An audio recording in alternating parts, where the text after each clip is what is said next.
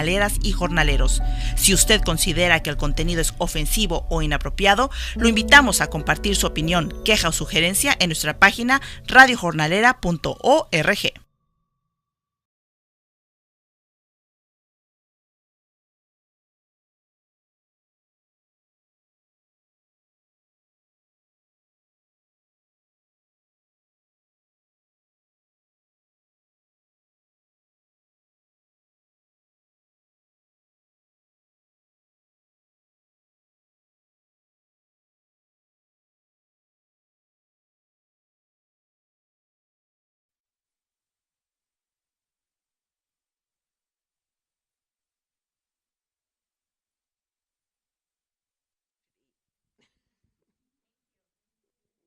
Absolutely. um, but we will be starting in about 10 minutes. And the only reason that we're waiting is because we want to go live to those of our elders and stuff like that that cannot be in this room.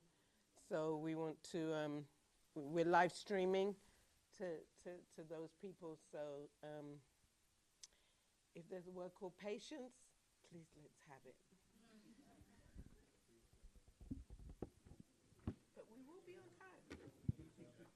We will.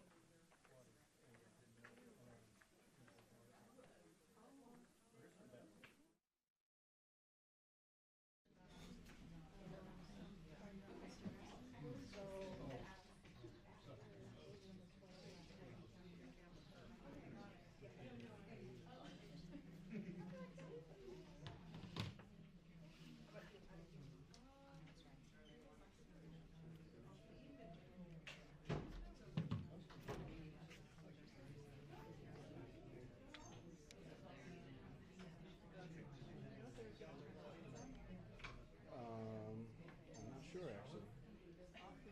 It is a little bit dark. It's a nice mood, but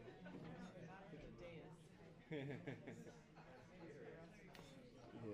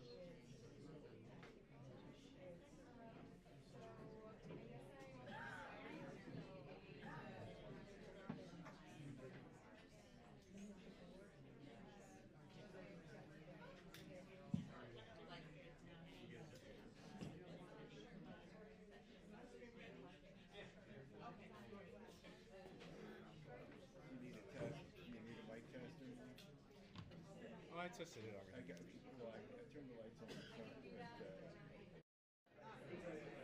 Cool. Yeah, that's nice. Thank you.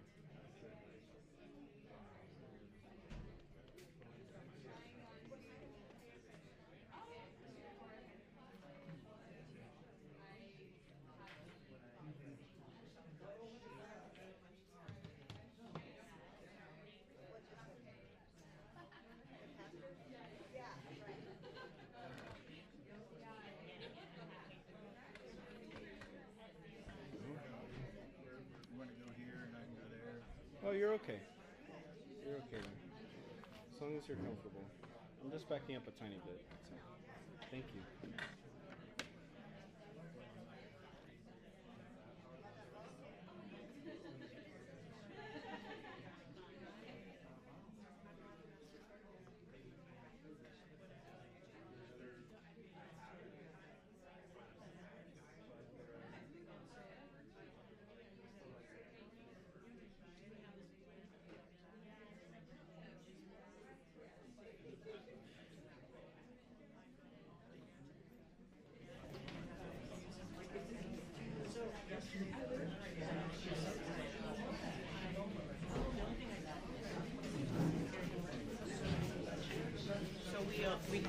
Yeah.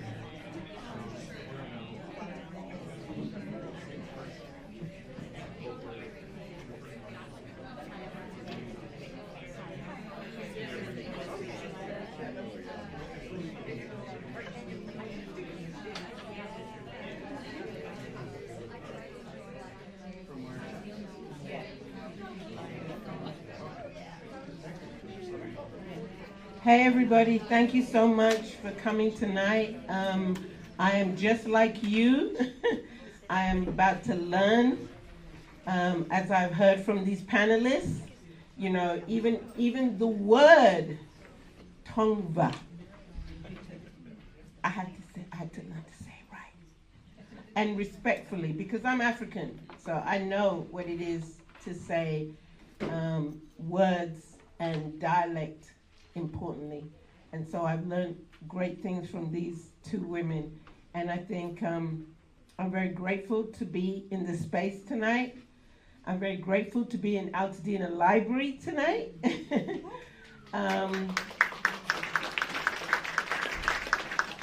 And I'm just grateful to hear from these three wise sages of what we're going to learn. But before we start, we're going to hear something that takes us back, way back. I want to say, is it 1986? Okay, I remember 1986. And we're going to hear some words from one of our panelists' parents that start this conversation, right? And make us understand that we stand on sacred land. And if we don't know it, we'll suffer for it. One of the city's most striking features was its rich ethnic diversity. Over the years, many different groups have been attracted to this area and made important. All right, let's just try to turn that up a little bit. 1 second. Thank you. Contributions to its heritage. The first inhabitants of the San Gabriel Valley were Indians. Art Morales is a descendant of those Native Americans. When he and his daughters walk through the Los Angeles County Arboretum in Arcadia, they do so with the knowledge that members of their tribe once had a village on this very site. Contrary to popular belief, the Native American that lived in this area is not extinct. I am the leader and a descendant of the last Native American Indian tribe that lived in the Pasadena, Los Angeles, and Orange County area.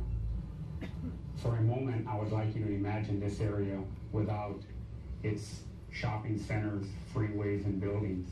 Imagine it as one of the most beautiful wilderness areas that you have ever seen. Imagine the abundance of wildlife and natural resources, the grizzly bear, the eagle, the deer, rabbits. Now I ask you, if you were placed into this environment, could you survive? My people not only lived in this area, but we flourished over the last 1,800 years. The Native American was the first environmentalist. We were able to live in complete harmony with our environment. We were able to identify which plants could be used as food, medicine, and those which were considered poison. We were also able to identify the natural resources that would help us to make hunting equipment, cooking and eating utensils, and homes, such as the rocks, the trees, and shrubbery. We have carried this tradition on through our children, teaching them the importance of our environment. Life for Indians in the San Gabriel Valley changed abruptly when Spanish explorers and missionaries arrived. In 1769, Gaspar de Portola claimed the land in the name of Spain. Father Junipero Serra, the man who developed the mission system in California, was anxious to reinforce Spanish authority by building a mission in the San Gabriel Valley. In 1771, 2 priests arrived with a group of soldiers and founded the Mission San Gabriel. It didn't take long for the Spaniards, with their superior military power, to gain control over the local Indians. They uprooted them from their villages and moved them to the mission, where they were put to work in construction and in the fields. Once at the mission, the Indians lost their tribal language and identity, and eventually became known simply as Gabrielino, meaning of the San Gabriel Mission. Over the years, the mission prospered and became the wealthiest of all 21 missions in California.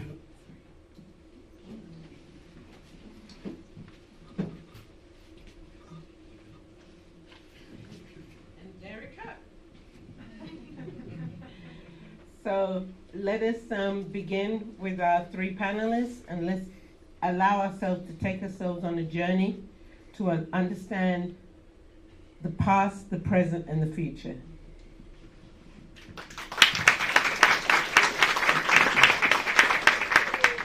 Good evening, everyone. My name is John Williams. I'm the Executive Director of the Center for Restorative Justice, and I want to welcome you this evening. I am so humbled, honored, and thrilled to see so many people here this evening. We're going to have a very engaging conversation. For me, we're here to not just talk about history, but we're here to honor the presence, the survival, the resilience, and the deep roots of the Tongva people in the land that we call Altadena and Pasadena. We meet in the aftermath of the Eden Canyon fires, a time of loss, but also of remembering. The Tongva community holds sacred stories in its soil, and as stewards of justice, healing, and truth, we have the responsibility to listen deeply, to learn, and to act.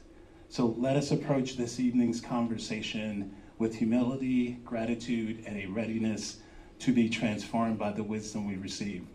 I want to frame up a part of this evening's conversation with 3 quotes that have deeply impacted me over the last 6 months. The first quote is, "In the beginning, there was the land, and the land was no one's because the land was everyone's. It was an extension of us." The importance of archiving our lived experiences, our lived existence, allows us to fight to maintain it. If we do not, it's much easier for us to be told that whatever we're experiencing now is how it has always been. And that's from Dr. Jason Johnson. And then the last quote that I want to frame up for you is from Dr. Johnson again. "You cannot resist things that you don't remember." So tonight is about remembering, tonight is about honoring, and I want to turn it over to Kimberly Johnson because she's going to make some opening remarks about the video, and let's all give her a big round of applause. Thank you. Ooh, this is hard. And thank you for being here. Just first off, caveat, I was in Davis this morning. I taught. I'm teaching at UC Davis a homeland history course.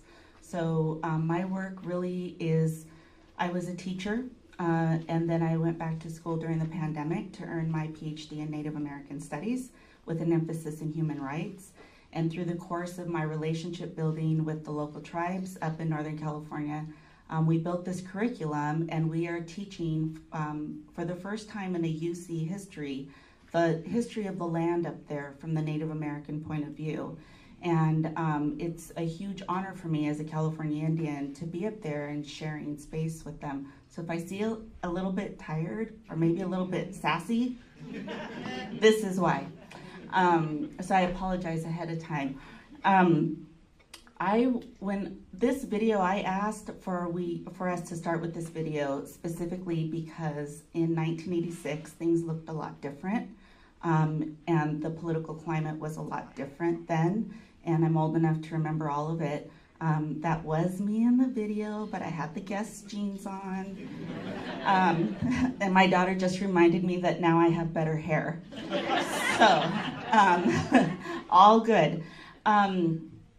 My dad was really adamant in going to film that, and I remember it was a Saturday, and I specifically remember that I was supposed to go to a birthday party that day. And my dad said, "You have to go with me to film this because it might not mean anything to you now, but it will in the future." I remember him telling the tribal council that he had been approached by the city of Pasadena to speak about our history, and the Daughters of the American Revolution said that we had no business in this video because the city of Pasadena was a story of Americana, and we did not belong in that video. So my dad was pretty adamant that we needed to show up and be there, and that he had things that needed to be said. And then his next concern was that they were going to edit it down so that we weren't going to have any voice in that video at all. And that's kind of the story of the Gabrielino Tongva people, is erasure. So we were here, but when people don't give you a voice or they enslave you for construction needs, as that video said, you assimilate and you become part of the landscape so that, you know, it's better just to be seen and not heard. It's better to, you know, not make a big name for yourself, because if you do, they will come after you. And that's the story of many, many Mission Indians all throughout the state of California. So thinking about that and the land, I also, before we get into this conversation, how many of you went to school in Southern California or in California? And in 4th grade, social studies, what did you learn? California missions. Everybody knows that romanticized story that basically Charles Lummis and McGroarty, he was in charge of the San Gabriel Playhouse. They really sold this idea of bougainvilleas and beautiful dances and cotillion music, and everybody would come to California. The gold, or there was the gold rush, the fur rush, and the orange rush, the citrus. They wanted to come, and so it was so romantic and beautiful, and the weather was great. So come out without really realizing who was already on this landscape, and that the landscape, according to the Padres in the 1500s, they wrote in their diaries that we were in a land of abundance. There were 3 flowing rivers. There was plenty of food, and the native people worked in community. And I'm going to stop right there because I want you to think about that. This land is a land of abundance. People were friendly, and we worked in community. And I think that as you're getting ready, or you already are in the part of healing, and this land is healing, not just from the colonial invasion that happened here and the 3 waves of genocide, but also here, more importantly, from the fires that didn't need to happen, in my opinion. So thinking about encompassing that healing in that community and abundance instead of scarcity. So I'll get into that a little bit more deeper, but I'm happy to be here, and thank you for taking time out of your busy schedule to be here with us tonight.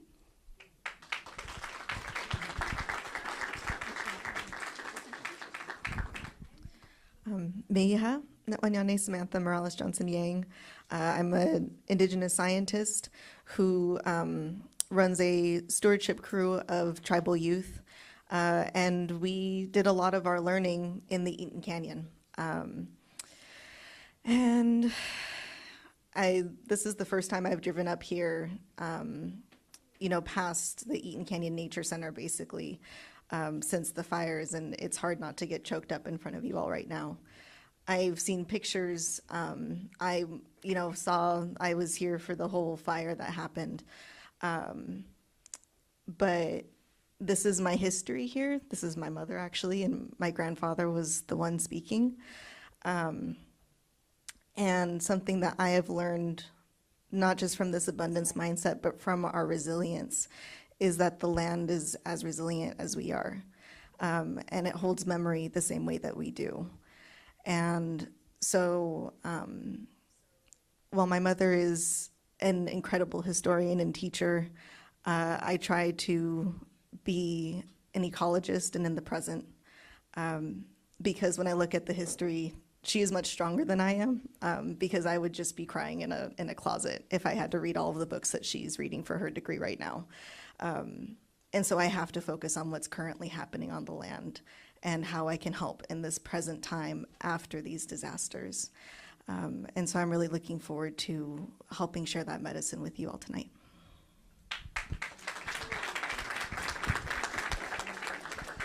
So, Sam and Kimberly, it's clear that words matter, stories matter.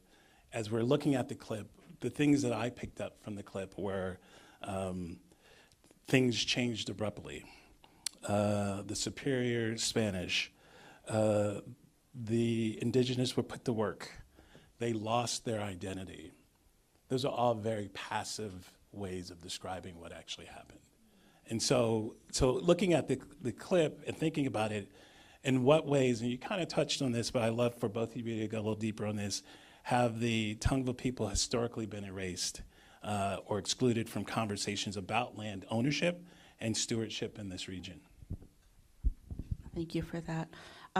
So we say in Native American history and scholarship, 3 waves of genocide. The first were the Spaniards with the missions. Second was the Mexican government, the Mexican War. Most of this land was Mexico until the Treaty of Hidalgo. And then the state of California, where Governor Bigler put a bounty on California Indian heads for $17.50, which today is equivalent of about $630. So the European settlers, and in newspaper accounts, they wrote things such as, "No good luck in the fields today, needed to find an Indian." So that person, that European settler, had money to take home. So if you couldn't find gold, the next expendable thing that you could do was kill a Native American. So this is the land that we're on, 3 waves of genocide. After that, California is a state, and then we had a slave market in downtown Los Angeles. It's not well known where the VA is, and so they paid us in alcohol after working all week. Then we would be arrested for public vagrancy, and then we would spend the weekend in jail just to be sold on Monday again to the slave owner, work all week to be paid in alcohol. Very well documented. That's the one thing I can say for the Europeans. They documented very well. And we are uncovering these documents on a daily basis. If it's not me, it's somebody else, and we're sharing these things because we kind of hit a point where we were a little confused as to what happened. And now we're seeing, oh my gosh, the Indian agent did what? The US government didn't allow nurses and doctors to come and take care of us when they knew that there were disease epidemics going through Los Angeles County. These things are part of the erasure. In the 1950s, we had this assimilation program where they gave Native people $5,000 from different reservations in the middle of the US to come to large cities to assimilate. So we see a large number of Native Americans in Los Angeles as well as San Francisco. And so these are all practices to assimilate, cut your hair, forget your language, become part of the rest of us, assimilate, and then before you know it, the language isn't spoken, your dress is gone, your traditional food, your gathering sites, those are gone. But I want Samantha to share a little bit about Eaton Canyon because what the stewardship crew, the youth found working there last summer, they found some of those gathering sites because they were still in Eaton Canyon. So I want you to hear about that because it's pretty exciting. Okay. Yeah, sure. And okay, so I'm trying to think of the best way to start. One of the things that erased us was how we were perceived, and in some ways still are perceived. If you look at the word primitive, synonyms for that word include native. And so native science, indigenous science was completely disregarded for a very, very long time. But our indigenous science is accessible and community-wide, and it's carried down orally through long experiments and intergenerational data. And because of how we carried our data, that was just seen as some primitive Indians gathering from what they, stepping out of their hut, grabbing what they could and going back in. It wasn't seen as something that was actually done with a true thought behind it because it was seen as primitive. And so before we were colonized, LA County Basin had oak groves that were taken care of intergenerationally, gathering sites that were taken care of intergenerationally and maintained from generation to generation in an incredibly sustainable way. After colonization, there was this trend of, making everything look like Europe, with big lawns and rose gardens, and so they tore out everything. That was also another way of destroying our food systems, was by burning down our ancestral oak groves and burning down our ancestral gathering sites to completely erase us. But if you have a good eye and you're stuck in traffic along the Hollywood Hills and along other parts of the freeway, you can still see some walnut groves and oak groves that are still standing despite everything that's happened to us and to this land. And so that was how they tried to destroy us. But the really incredible thing about plants that humbles me and helps me to become a better student is we as human beings, we're about, if you look at evolution, we're about 300,000 years old as a species. Plants, the first plant came onto Mother Earth 2 billion years ago.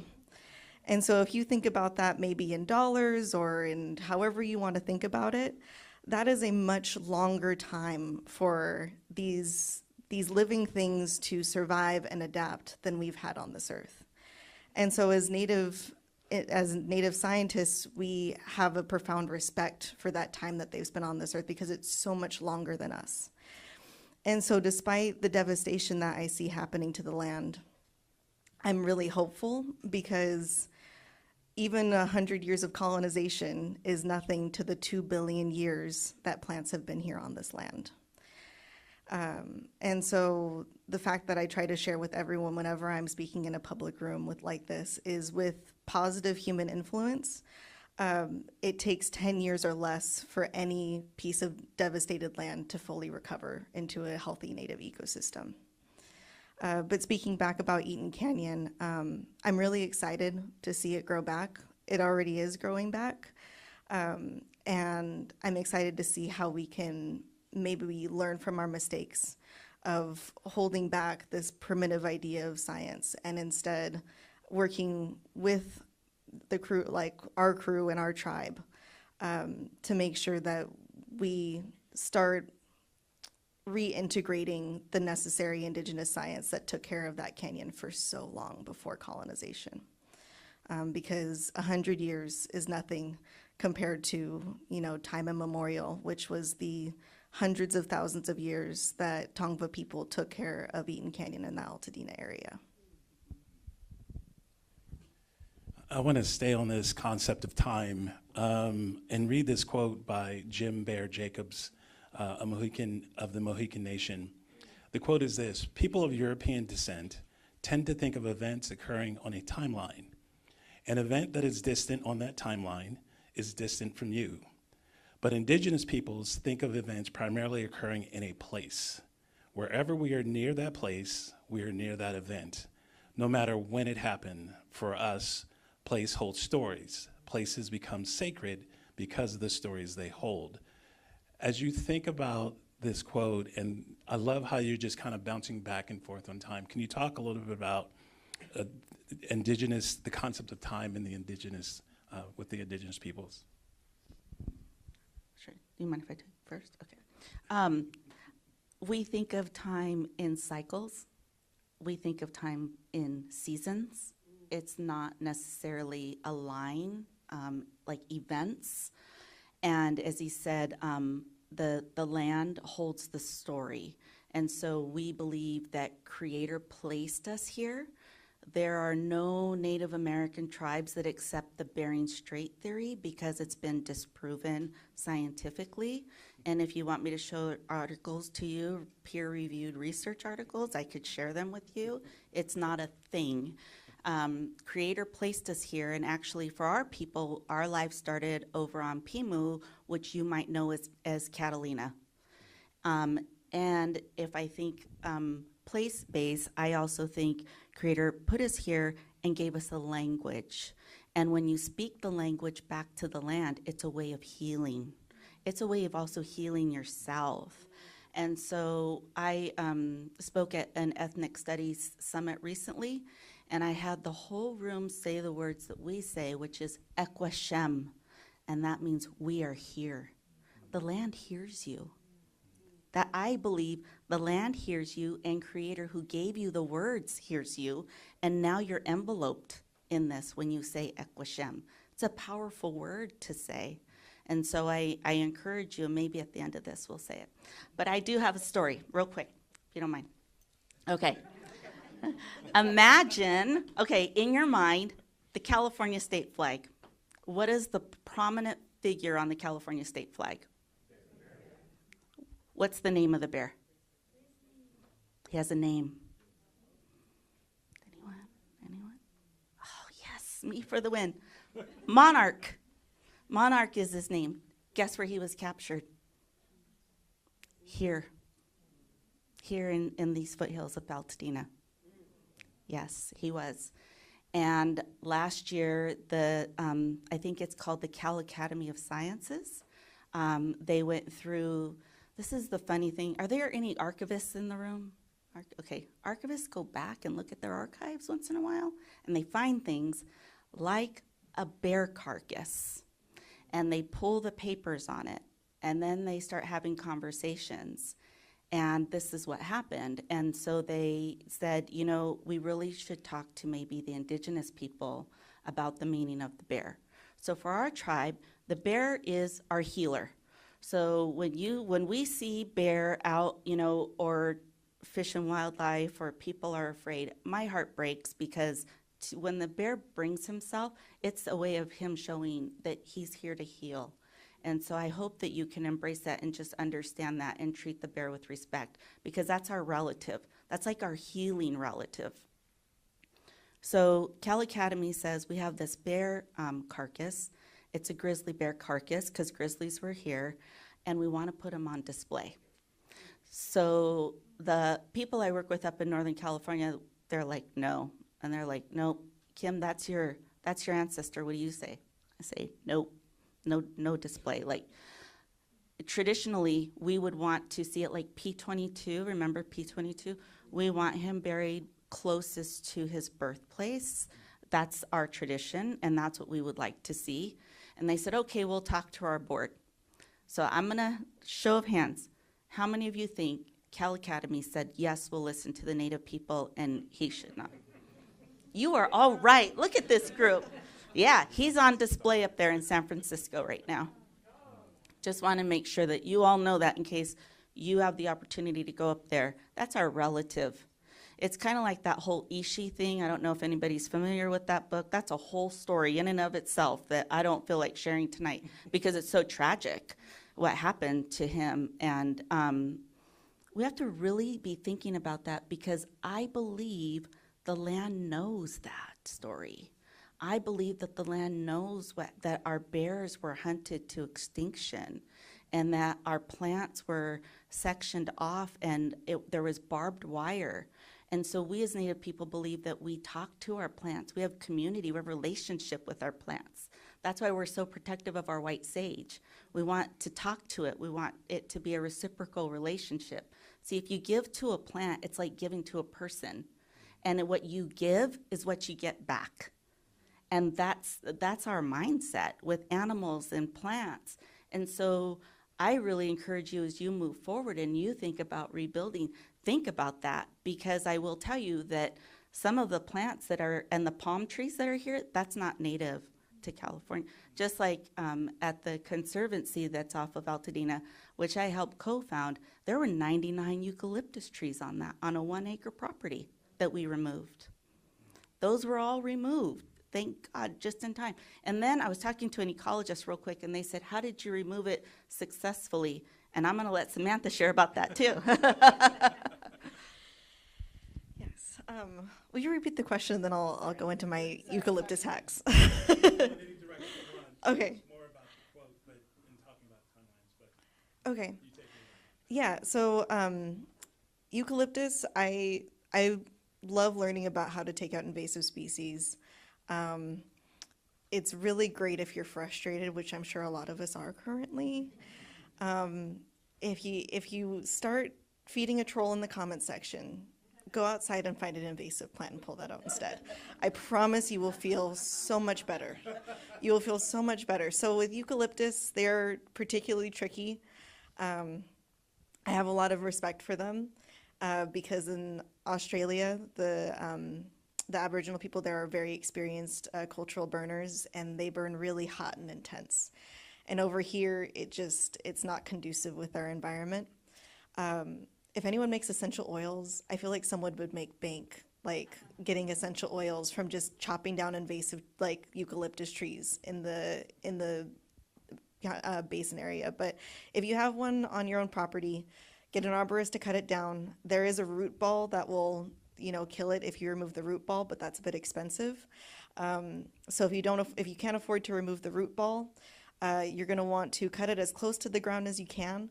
Get a really good drill with a good small paddle drill bit, and drill as deep in as you can, like Swiss cheese it, and then cover it in Epsom salt, not table salt. Table salt is like what they did in the Bible, where it's like they couldn't grow anything for 100 years. Don't do that. Epsom salt is sold as a fertilizer at Home Depot because in small quantities, it helps the plant. In large quantities, it dries it up. So you cover it in Epsom salt, and then you cover that with a black trash with a black thick plastic trash bag so it can't photosynthesize. And then here's the important part, is that with positive human impact, sometimes you're going to have to go back to something. You're not going to be able to just spray it with Roundup and leave it, because Roundup, honestly, in my opinion, should no longer be legal here. It's so bad for the environment. So if you're going for a more natural solution, you're going to need to tend to it. You're going to need to be mindful of what you're doing. You're going to need to have next steps after you kill it. Are you going to cover it in mulch? Are you going to cover it with a compost pile and grow things on top of it? Because you're going to need to keep suppressing that thing that keeps wanting to grow back. And I guess that really speaks to a lot of the things happening right now. You're going to need to not only remove the problem, but you're also going to have to grow good things on top of it. And I think that's true to a lot of things these days. So January 7th this year changed all of our lives. Everyone in this room has been either directly or indirectly impacted by the fires. So I want to kind of bring it to the present. So how are members of the Tongva community impacted by the Eden Canyon fires, and what was lost that can't be counted in acres? Do you want to start that one? Yeah, I'll start that one. So I think the biggest present devastation for us was for my land stewardship crew, which is a crew of Tongva youth. I learned my native science from going with this woman here to our tribal now ancestor, Barbara Drake. And the crew had not met her, never had a chance to know her before she died in 2020. And so I mentored them by taking them down to Eden Canyon and showing them the plants and showing them our ancestral gathering grounds. And don't tell Eden Canyon, but gathering from those grounds. No, I have a pass. I think I should be fine. It's a really frustrating thing. Just a side thing that's really frustrating is one of our rights that we do not have as a federally unrecognized tribe. Because we are federally unrecognized, we do not have the right to gather any plants that are on our ancestral territory legally. I could be arrested if I don't have my permit with me, I could be arrested the same way anyone else would. And that's one of those things that is taken from us when we're not federally recognized. And it's one of for me, it's my most frustrating problem to have as a federally unrecognized Tongva woman. But I think that the experiences that we had in that canyon would be incredibly similar to anyone else who spent time in that canyon. You know, it's a place of healing. It's a place of laughter. It's a place of seeing the bubbling stream. And I know that we're here as Native women with this very special ancestral connection to the land. But I think it's also true to say that us as all Homo sapiens, all as human beings, we connect to the land because we're all native to the earth, you know. And so, although I'm not going to share everything ancestral and tribal that we celebrated and we did together in that canyon, I can say with a lot of certainty that that connection that we had is probably very similar to the connection that you all have. And I just keep thinking I'm excited to see it grow back because I know it's going to grow back. And I know that a lot of those oaks still survived, even after these fires. And I'm hoping that it got rid of all the castor bean and the invasive tobacco and all the other things. And if not, then guess what we're doing instead of scrolling through Facebook?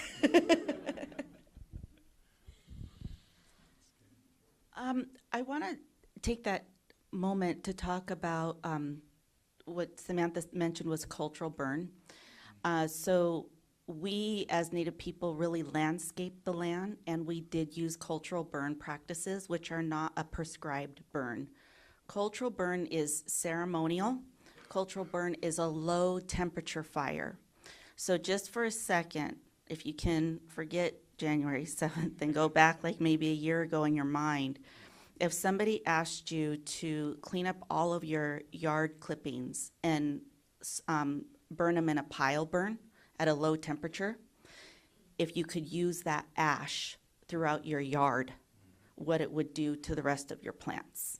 that's basically what a pile burn is.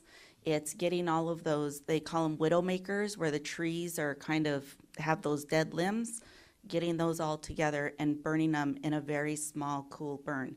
The research is showing that the soil that's tested from that small pile burn is way more effective, especially with California native plants. That actually promotes growth compared to what went through here at the temperature that it went through. I mean, you know how hot that fire was. That is not something that was supposed to happen. That was a very man-made fire. And I'm sorry, but I do disagree with the U.S. Forest Service. Only you can prevent forest fires. That's the biggest lie. Forest fires are going to happen. Fire is a relative just as water is. And for California plants, there's more research and experience that we have. If you plant a seed, like a white sage seed in the ground, and you put some pine needles next to it and light those pine needles on fire, all of a sudden that seed sprouts. If you have one next to it and you don't light the pine needles on fire, the plant doesn't grow. When pine trees get heated up, that pine cone actually opens up and those seeds shoot out to regerminate. It's part of the process. It's part of what we always did. And we know that our basketry plants come back straighter and stronger and healthier when there's a low, cool burn. But what went through here was not ever supposed to happen. I'm just saying this because I think a lot of people get afraid of fire. And I think that we need to respect fire and think about fire as a relative and not something that's here to devastate. And so we kind of have to reframe, and it might be too early still, but these are things that we should be thinking about and talking about. Because imagine if we did all those burns up through like Henninger Flats all the way across, the fuel would not have been there to burn the way that it did. The wind would have still been there, but not the fuel. So staying on this idea of recovery and restoration, what does true restoration require from the government, from neighbors, and from descendants of settlers, just regular citizens? Why are you going to ask me that question when I told you I might be sassy?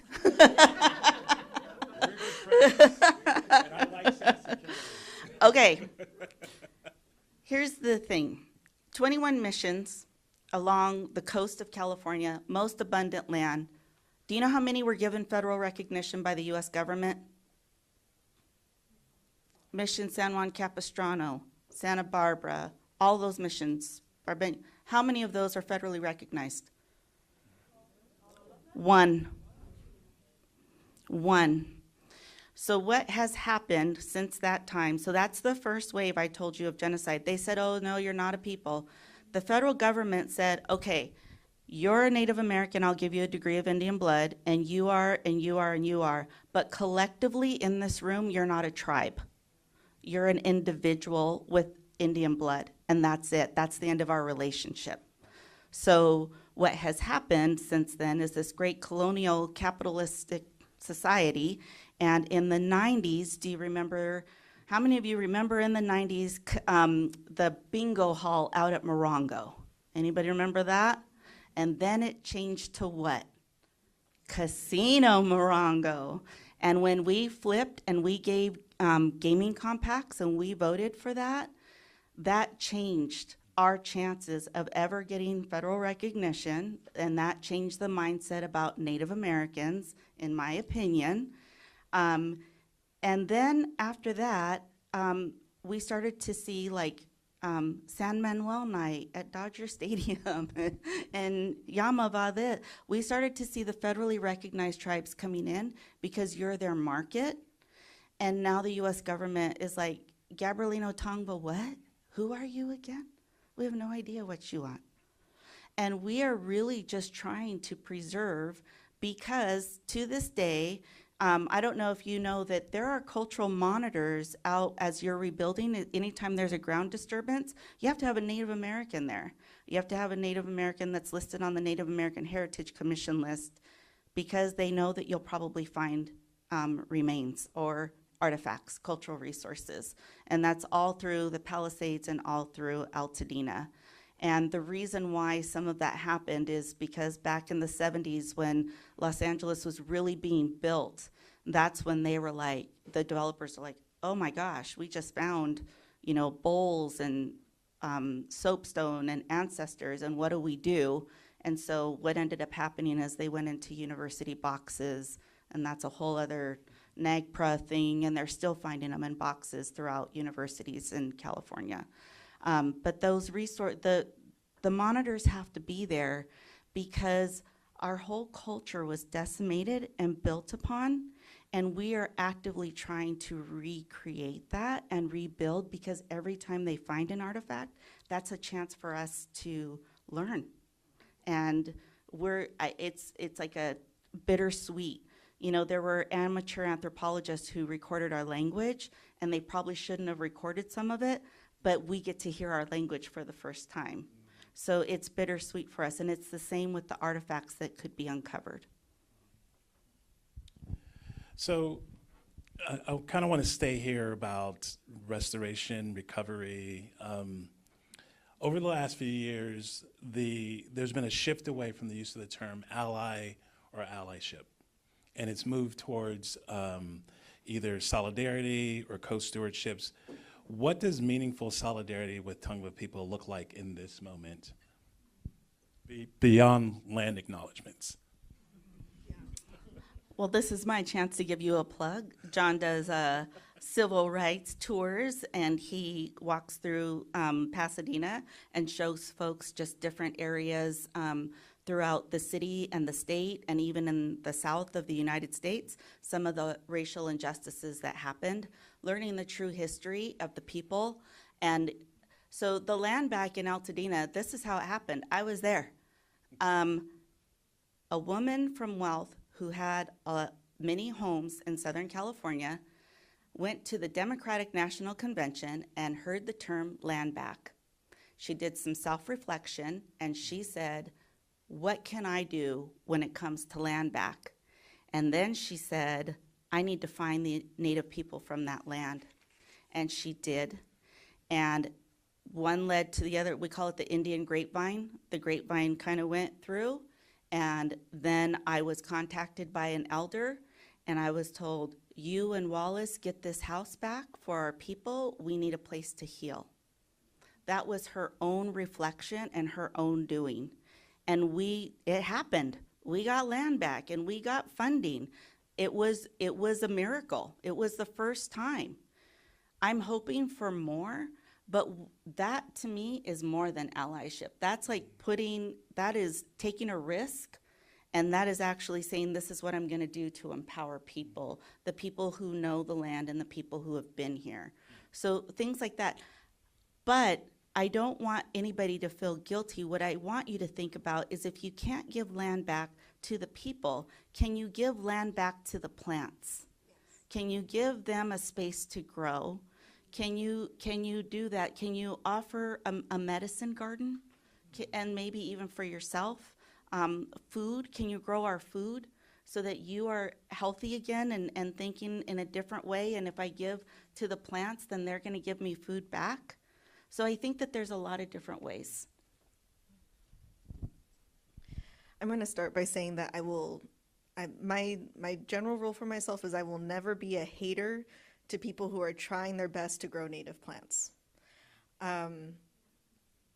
I will be a hater if you're trying to sell native plant products like white sage, because white sage has been extremely appropriated in our culture. Before people started selling it at crystal shops and yoga stores and stuff, it was something that was done for ceremony at powwow, and people saw that and thought it was cool and thought it smelled nice, and they thought that you could just buy the blessing. And I think that that exploitation of white sage really tells a story of allyship versus what I like to think of as accomplices, not allies. People who actually, want to do the work with you, who actually do the good work. It's really unfortunate because I feel frustrated as an Afro-Indigenous woman for a lot of reasons, but I think a big reason for me in communities right now is this this acknowledgement that happens where we acknowledge the things that are wrong, or we not acknowledge that we're on unceded territory, but we don't go beyond that. We just acknowledge the harms. We feel guilt for not being Native or for not being in the right place at the right time. And then we talk about it on the internet or something. And so growing native plants, I would say, is an incredible way to boost yourself and your knowledge of where you're at on the land. White sage only grows from around this area down to Baja California. It doesn't grow native anywhere else. By growing a white sage plant in that dry area where your grass dies every time, you're not only giving yourself a beautiful plant that you can appreciate and gifts that you can give to your friends whenever you trim the bushes, but you're also inviting pollinators into your place. And you're inviting a relationship with the land that you wouldn't have otherwise. And it also, yes, and it cleans the soil as well as sunflowers. Native sunflowers clean soil. But what I really want to emphasize is that for me, as an Afro-Indigenous ecologist who is terrified of climate change, I am really over seeing people who just want to acknowledge things or just say the thing or go to the meeting, but not actually getting their hands dirty, not actually putting plants in the ground and helping Mother Earth, because that's what I think we need to do as Homo sapiens of the world, is we need to get back to having a relationship and digging our hands in the dirt again. Thank you so much. I could sit here and ask a ton of questions, but I'm not going to do that. We have a very large group this evening, so we're going to open up the Q&A session. Now, I have one rule, and one rule only. We want you to ask questions. Repeat after me. Ask questions, right? So you'll have an opportunity to be in conversation with them after this is over. But in order to get as many questions as possible, we want to be a great community with each other. And we want to, if you have something to say that's burning, save it or write it out and email it to me. I'll sift through it. No. Email it to us. And we can set something up for you to have a conversation in terms of like a back and forth. But please, to respect everybody's opportunity to ask a question, we ask that you would ask questions. So who's going to raise their hand up first to be the first? There we go. I didn't have to finish the sentence. I think I can just sound off. It's only because of the elders on the phone, on the live stream, they won't be able to hear you. Are there some native plants that benefit from the smoke that we had from the fires?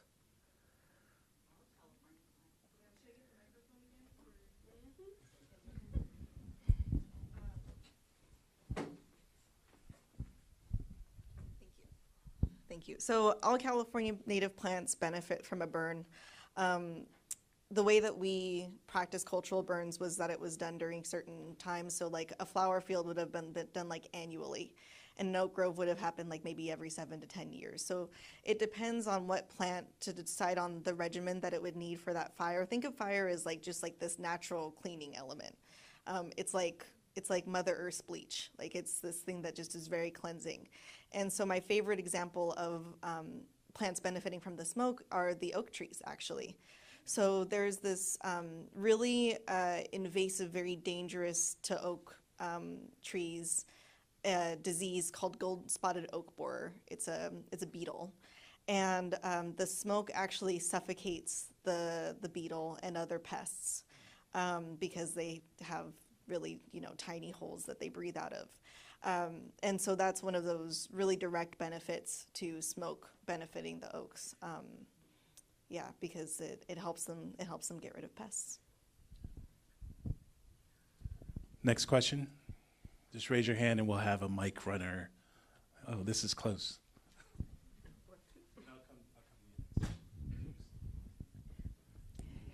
Do you feel that the magazine News from Native California is a good representation of Native life these days? And would you recommend it to the people here?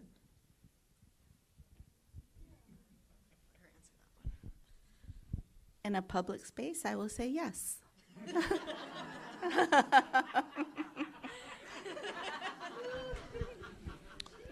Take with that whatever you will. I think there's somebody over here. I don't want to make the fire seem good in any way, but it seems to have burned so hot that normally I would see a return of green that has been very much delayed. So I'm wondering if it didn't, in fact, do some good of burning out the invasive species and the bark beetles and any other pests that there might have been. Could you say that, or they're still nearby enough to just come right back? Thank you for that excellent question. So as I was driving up here, I was running a little bit late, so I didn't get to take my time as much as I wanted to. Unfortunately, I do see that a lot of black mustard is still coming back, which is probably one of our most invasive species here. There are other plants that benefit from fire other than California native plants. It's a lot of plants benefit from fire. It was a practice done all over the world before people were really scared of it burning down their homes. So sometimes these invasive plants do benefit from the fire still. But overall, my hope is that it did help the native plants more than the non-native plants, and I think that we'll see more of those results in the next 2 or 3 years. We'll see more definitive numbers of if that really helped with insect population, pest population, and invasive species. But I would say that, in my opinion, some of the best ways to mitigate invasive species are these opposable thumbs right here. Because we're the only animals on Turtle Island with opposable thumbs. And we are very good at identifying plants. And so if you are concerned about invasive species taking over your area, there's this great tool called a hori-hori knife. And it is probably my favorite form of therapy. Had that manual removal of removing things and then replacing it with native seed or with native plants that you can get at the Hahamongna Plant Nursery or the Theodore Payne Foundation. That is how we could create the most benefit out of this fire. And while I'm on that note, I will say that, fire for now, it's cleaned. It's done its cleaning. We don't really need it to come back for a while. But just like Kimberly was saying, fire is a relative, and we don't stop watering our lawns after it's flooded. We don't just stop watering everything. We don't stop showering after a flood. But for some reason, we think that if fire comes through, we need to just stop it altogether. And something that I think we'll need community support in fact, I know we'll need community support in, is when it's time to bring back fire in a good way, that we have that community support to bring back fire in a good way. Because you can't, as we've learned, you can't stop fire, you can just hold it back for a little bit of time. And then after that, sometimes it's angry because it didn't need to be where it belonged. And so, something to think about. Yeah, so we're actively working on those relationships with CAL FIRE, LA County Fire, to open conversations about cultural burn practices and not the colonial prescribed burn that can be problematic. Next question. One here, and then all the way in the back, and then you. So 1, 2, 3. Thank you for being here and speaking with us, first of all. Second of all, you mentioned communities. So I'm from was known as Wikanga, so the Glendale region, and I'm of Armenian descent. So LA is a hotspot of displaced indigenous peoples from around the world that have come here, that have sought refuge. So with that sense, as a historian and a student, I feel a deep connection to the Tongva people and Tovangar. So what outreach programs or what incentives or bridges are there in place to help better educate other indigenous people that now reside here when it comes to native plants? Perhaps signs where people can be educated about the white sage, because I often find myself educating people within my own community. But are there any programs or thoughts of programs to be in place to help better facilitate this knowledge? I wish gonna. Thank you. So yes, so there were signs in Eaton Canyon. I don't think that they're there anymore, unfortunately. But they do have the designs to make them again. And then as far as programming, we are actively doing programming like this here, where we teach at, we go and we speak at universities. We're creating more written educational material right now so it can be spread more widely. But I think for most of the programming and this desire of like more native plants and stuff, it's really interesting. What I feel happened was during 2020, the conversation around George Floyd really expanded a lot of things.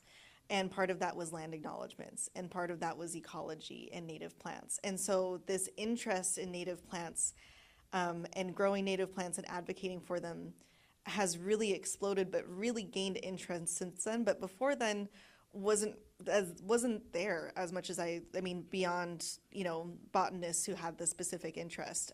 And so we're building these bridges as we go. So we're hoping for more programming, and we'll hopefully be doing more within the next few months, actually. Yeah, unfortunately, there's how many people who live in LA Basin, and there's like, for our tribe, there's like 300 enrolled tribal members. So 8 million people in LA County. Are you familiar with the Bridging the Borders? Yeah, y'all came to Cutavangna Springs and Santa Monica. It was great, yeah. So there's somebody in the back that had a question. There's a lot of people in the back. Thank you, Kimberly and Samantha, for being here. It's just wonderful to have a voice from the land, you know, from yourselves as people of the land. And appreciate that very much. Also, it's just really nice to hear you say something about Barbara Drake and the importance that your elders had for your learning process. And I wondered if you could recommend to this group people that may not already be planting native plants a good beginning website, since you're not able to be everywhere for all of us, you know. And I know that, you know, there is Barbara Drake's website, barbaradrake.org, but it's not sometimes a little much for people to get started. And so I wondered if you had a great starter place, a website or a book, or just something that you could recommend to folks who want to get involved in the hopeful process of growing native plants.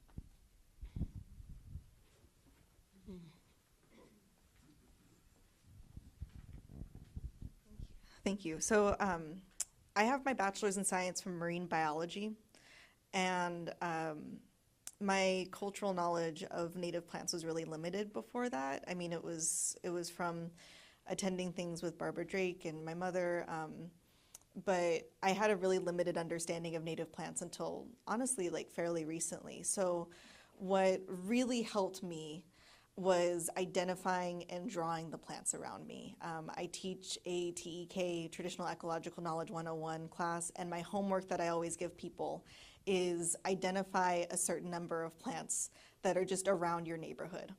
I'm usually not a big fan of AI, but picture this as like my one exception because it's super, super useful, and I hate to admit it, but you know, it's a tool like anything else. So what I started doing was I grabbed picture this, it's worth the subscription, you take a photo and it helps you identify the plant, and it will show you a map of if it's native or not.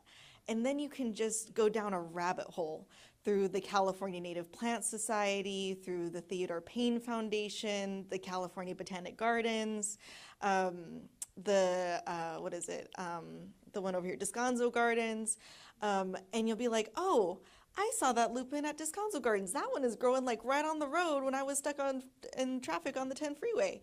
And so I call it like gaining your plant eyes. Because I felt like I was so blind to plants for such a long time. And then once I started identifying, oh, that's an invasive succulent that everyone likes to grow. And that's a native plant that just pops up randomly. And it really helped me to start identifying the stuff right near me and really engaging in that. And then you just start nerding out with other people. And then they're like, hey, I got these seeds for you. And it's just a beautiful, Erica knows. And it's just a beautiful thing. So that's my recommendation is identify plants around you. Someone, who's the person? There you go. This time I did better. There's a website at the National Wildlife Foundation where you can type in your zip code or your area code. Sorry.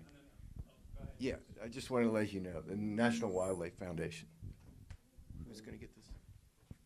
And you can type in your, your area code and zip code right in. It'll tell you what plants are native to that area, all over the United States. Thank you. Yes. Hi. I thought I was up with everything that's going on, and this was the first time that I heard about a monitor when debris removal is happening. I don't know if anyone else knows about that. And so I wonder, because we've been on when debris removal was happening and didn't know that there was a monitor there that was supposed to be identifying artifacts. It's not the debris removal, Okay. it's ground disturbance. So when they go 5 feet, when they start to put in the foundations again, that's when. Oh, okay. And so they've been asked to be here in Palisades, but everybody is spread so thin that that's when the ground disturbance. And so if you're working with a developer, you ask them, is this considered ground disturbance? Because per California state law, you need to have a cultural resource monitor on Okay. site. So when we start building, Yep. basically, okay, Yep. thank you. But there are already monitors there with the debris removal too, because they're afraid. Yeah, there are some. Thank you. Raise your hand if you have a question so that she doesn't have to come all the way up here and back there.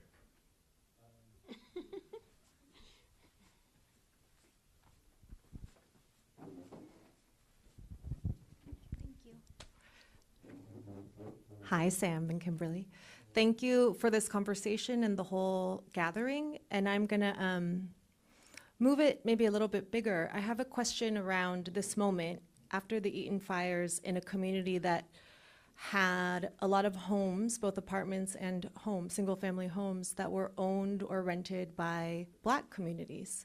And so I'm wondering, in this moment, along with following your all's lead and working with the land and planting more native plants, and in the energy of abundance that you started us off with, Kimberly, but still accountability, where is there space for Native and Black and other accomplices to push in this moment in Altadena, where I know there's a land grab, I know developers are coming in, and we know that there's historic reasons where why this was an area that was one of the only areas available for Black folks. And so is there a way or a moment or things that those of us who are not Native nor Black to this area, how can we accomplish with you all to push back against this other land grab that's happening or could be happening?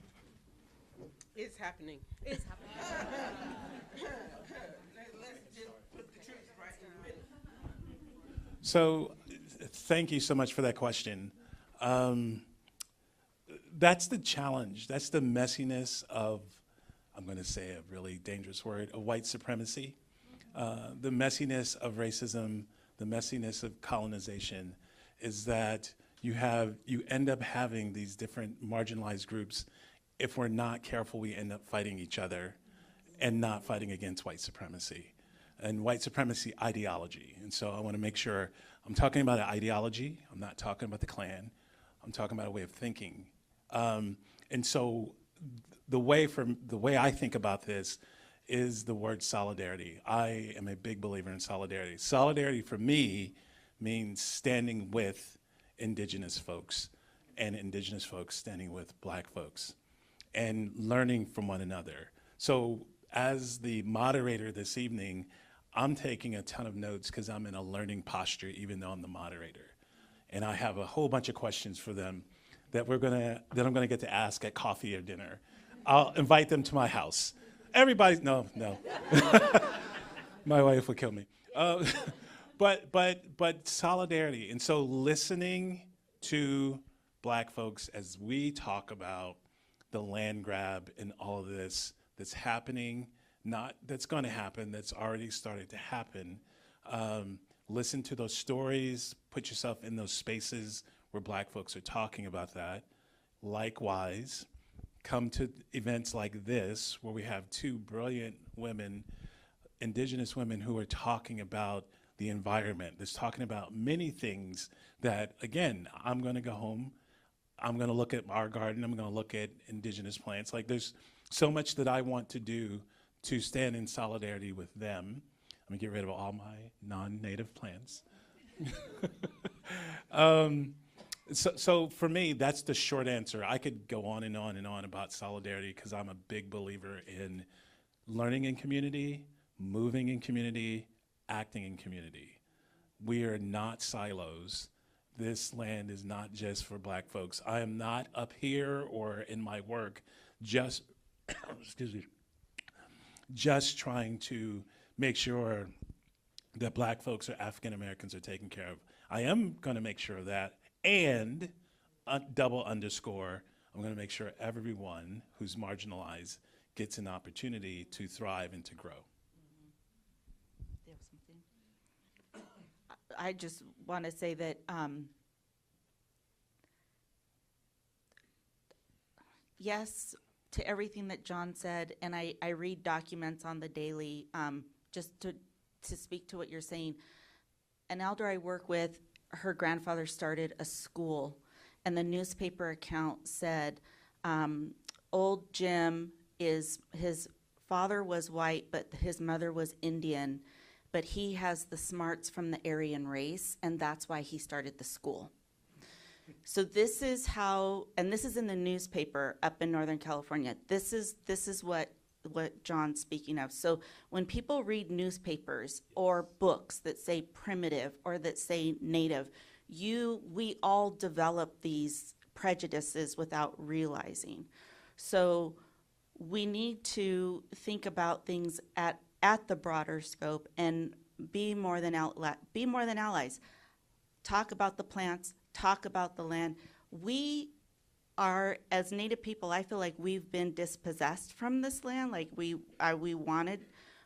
would love to be in community more with the land, but because it was taken and redlined and sold and things were crazy, we cannot be. But we also realize that there's a whole lot of people that were brought here not of their own will. And so how do we move forward? How do we collectively, I'm not saying move on, I'm saying move forward, because we have a lot to carry. But as a community, I brag on Altadena when I'm in Northern California, because your community is set apart from many communities. And I hope that you know that the United States, their eyes are on you. How are they going to do this? What are they going to do? And so that might mean you have to talk to somebody who doesn't look like you, somebody who doesn't speak like you, someone you might not normally engage in.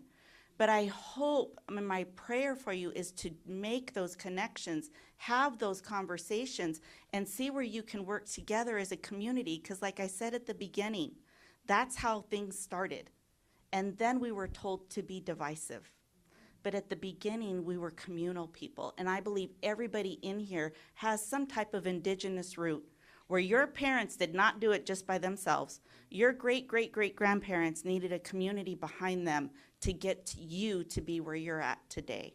So I really hope that you just think about that, and we'll come alongside. We'll come alongside and be the best advocates for you as a community as we can be. Because I tell everybody, shout out to Altadena. Any other questions? I'm sure there are more. Yes, right here. There's a lady over there. Hi, I have two questions. So the first question, as we're decolonizing our gardens, we're also decolonizing our minds. So what are some works that you recommend for doing our research? I know that the mission system, they practiced with the Tongva, their prison layout. And so that was revolutionary for me. But what are some works that you recommend as an educator? And then the second question is on what are the spaces for intertribal community? I know the Mexica and the Calpulis open space for the Tongva to come in and share space with us. And we let the Tongva lead for our ceremonies and everything. So, you know, what are some places of community that you know of that could help with that?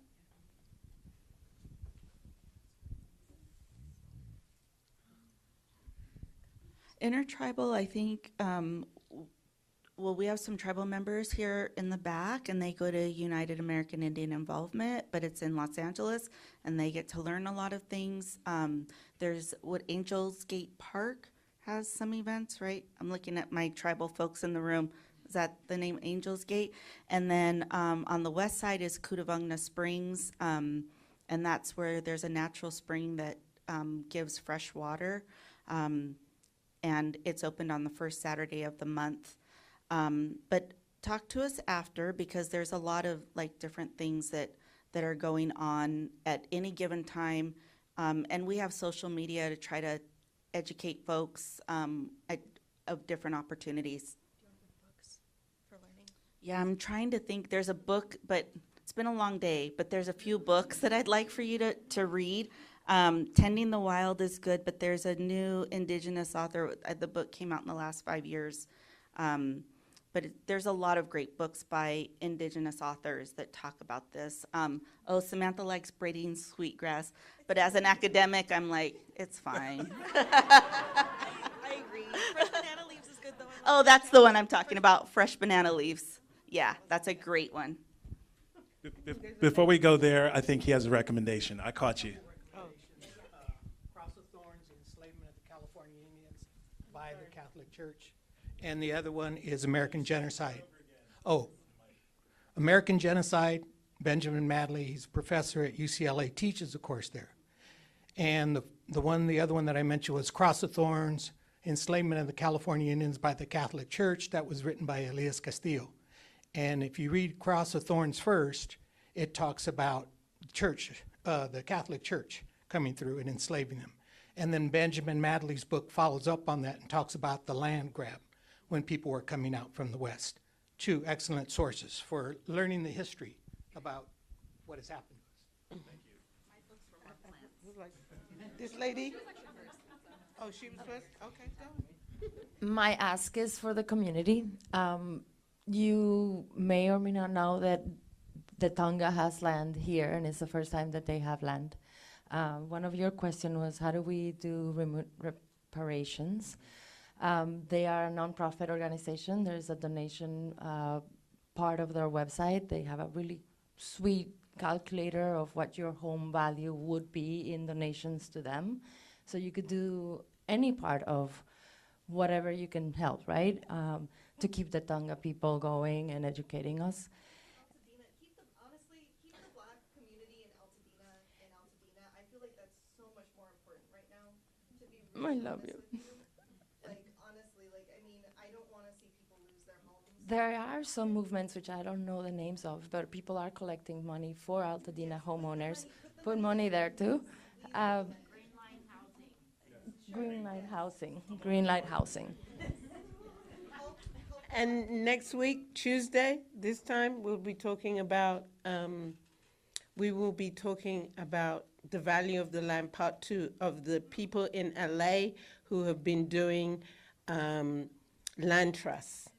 Like the first part was to talk about it, but the second part is to talk about people in LA, like Lamert Park, like Koreatown, who have been doing land trusts and understand the good, the bad, and the ugly.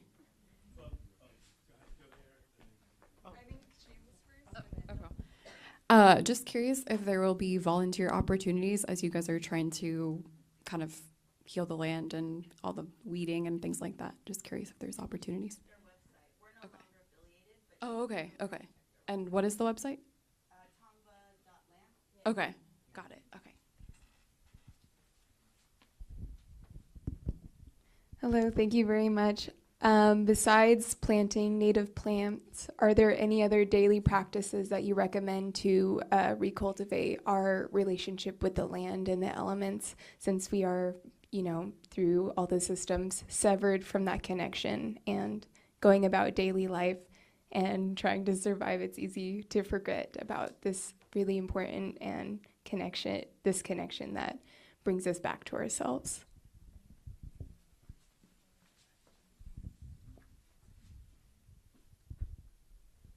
I feel like it's so redundant, but I do go outside, I hike, I talk to plants. I'm the crazy lady that's talking to plants. I taught Samantha to sing to plants when she was a little girl, so she does it still to this day. Because now the research shows that. Isn't that funny? Like, Native people have always been saying this, go outside, commune with nature. Now the researchers say it, and so we believe them. It seems so simple. But until you do it and you make it, like I tell people whenever I'm trying to make change in my own self, I tell myself inside that I'm a science experiment and I'm going to try something for 2 weeks and then check back in and see how I'm doing. And that's how I know if it's working or not. And so I encourage you to go for a walk for 2 weeks. And if you can, get up to that. I don't even know if it's still open, the Hahamungna watershed up there. There's so many beautiful areas that you have that we have where we can walk and look at the plants and talk to them and commune with them, even walking barefoot and just taking a minute to be thankful and thinking about all of that. Give yourself 2 weeks of doing that, and I hope that it becomes a permanent part of your practice. Thank you. That's really good. So I'm gonna do something. I'm gonna come back to you. I see your hand. I got you. So I am the kind of facilitator, moderator, professor that likes to ask the audience questions. And so we're going to do something a bit unconventional. We're going to take 60 seconds for you to think about responding to this question, because I want everyone to engage in what we're talking about tonight. And so here's the call of the question. What is one action you can take this month? So today's April 23rd, from April 23rd to May 23rd, to stand in solidarity with the Tongva people, whether it's learning, showing up, advocating, giving, or something else. I'm gonna have got my Apple Watch here. I'm gonna put it on 1 minute. I'm gonna take 60 seconds of silence. I know people don't like it being quiet, especially with a panel discussion. But for you to think of a response to that question, I ask it again. What is one action you can take this month to stand in solidarity with the Tongva people, whether it's learning, showing up, advocating, giving, or something else? I'm starting the clock now.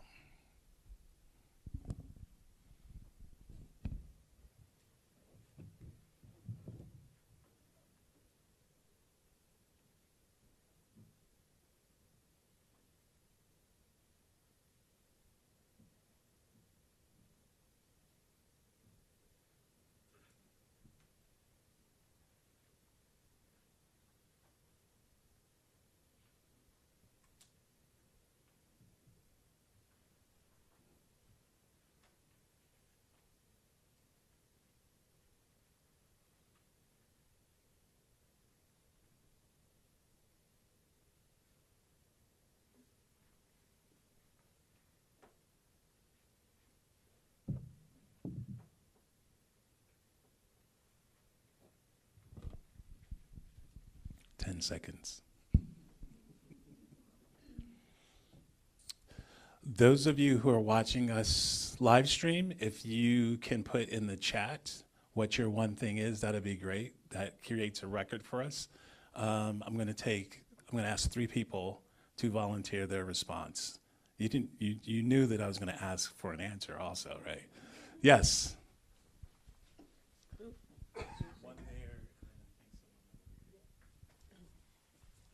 She's closest, so she's gonna get first. Hi, good evening. Oh, this is loud. Thank you both and all 3 of you for sharing tonight. My one and a half thing, because I'm greedy.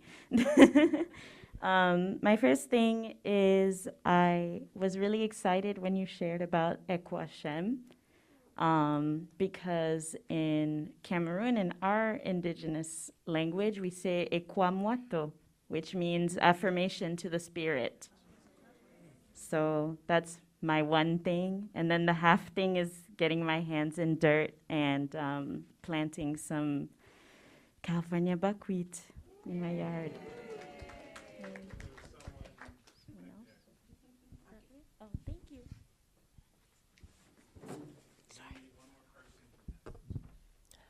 Hi, I'm Michelle Matthews, and I am working together with Mike Evans, the owner of Tree of Life Nursery in San Juan Capistrano.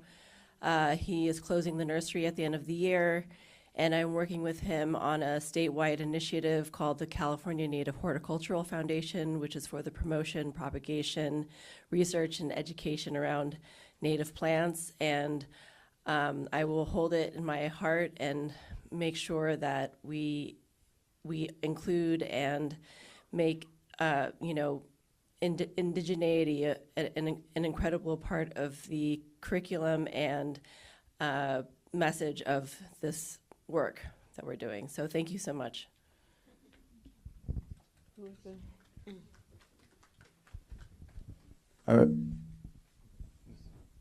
This is going to feedback, sorry.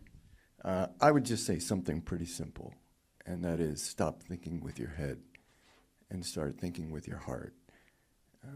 That's probably the single most thing you can do. And ask yourself who you are spiritually, who you want to be. Do you want to show up with a bucket of water, or do you want to show up with a hatchet or an axe to take something down? Think about who you are spiritually and answer that question with your heart. And I want you to answer that same question. Not right now, but as you ask us, make sure you turn it back on yourself. Aw. Yeah. Okay, this is the last person. Y'all are hungry. I'm projecting. Oh.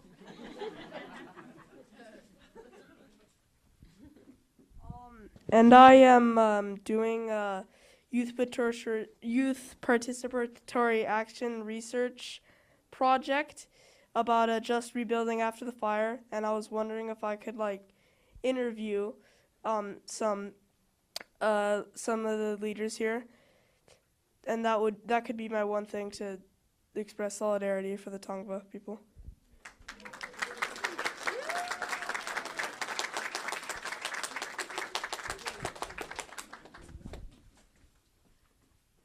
Thank y'all. And when we close, as you go out, just tell one other person your one thing so that everybody gets an opportunity to share. So I'm going to ask Samantha and Kimberly one last question before we end, and that is, if we were to return to this place 50 years from now, what would you hope to see? What would each of you hope to see? I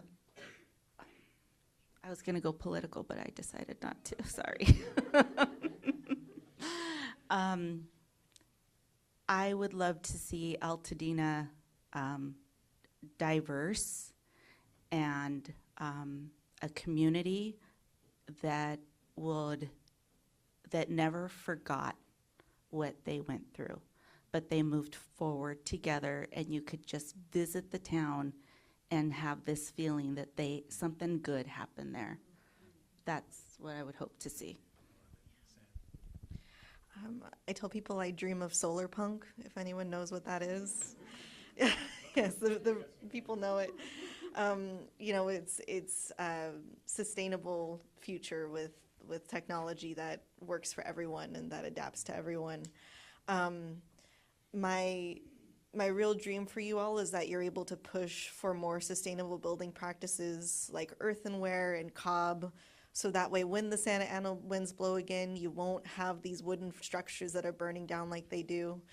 And then my other nerdy dream is like Pokemon, when you go to a new town and everything looks like that town, that's the landscape. I want to see that with our native plants where, I mean, it doesn't mean that everyone has to go 100% native plants because I love my lemon tree. You know, I love my lemon tree and my rosemary bush and my mint plant, but integrated, not just with people, but also with ecology and with sustainable practices. And just becoming this cool solar punk future land where people can have like, you know, cool outfits and cool plants and there's a Tongva restaurant. That would be the big thing because we don't have any Tongva restaurants in LA County right now at all. So that would be a big dream too. So I'm going to turn it back over to Flo, or no? Okay, so thank y'all. Give yourselves a big round of applause. And let's also thank our panelists. They were fantastic. Thank you.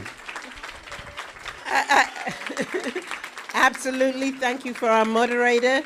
And the journey of POP is to take us on this learning. We didn't know what we didn't know, right? And now we know it. We've got to learn it together. And if we learn it together, we'll be stronger together, right? And so I'm so happy and thankful for the Altadena Library to come up here and to, you know, convene everybody and to make me feel uncomfortable even driving up here, right? For real. I mean, I live in Pasadena, so it makes me feel uncomfortable, but it also makes me understand the reality that we have to work together.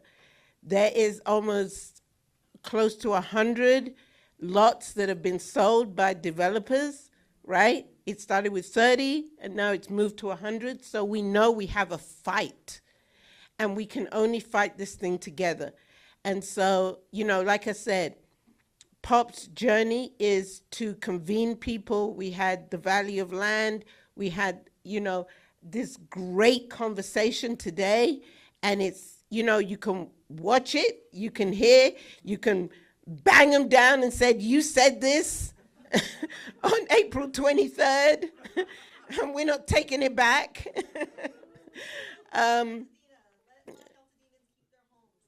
Exactly.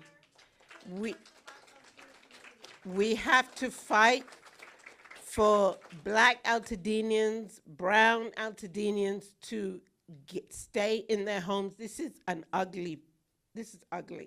Let's not, the elephant in the room is that there's doo-doo and we're all smelling it, right?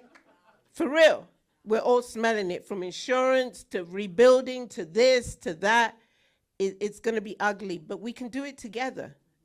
And we can do it together by convening spaces like this that join us together. But as you leave, please take some food from these beautiful women who have cooked from the Pasadena Job Center. Okay? They are fabulous cooks. And I do not want, you know, their food to go to waste, so please take their food and please thank our panelists. I didn't even know until the other day when you were talking, you were mother and daughter. I was like, oh, anywho. So this is a double package right here, right? But let's walk to respect the land, respect the air, respect everything. And even when we don't get it, let's not disrespect it. Let's try and figure it out of why we don't get it, okay? Instead of arguing about it. And let's just be one. That's all that it takes. But I thank you so much for coming here tonight. I appreciate you all. Thank you, John. Thank you, my panelists. I kept calling her Samantha. That's right. Yeah. Oh, that is right. Duh, I kept calling her, oh, it was Jennifer. It was Jennifer. And I was like, why does she not answer? Anywho, eat well.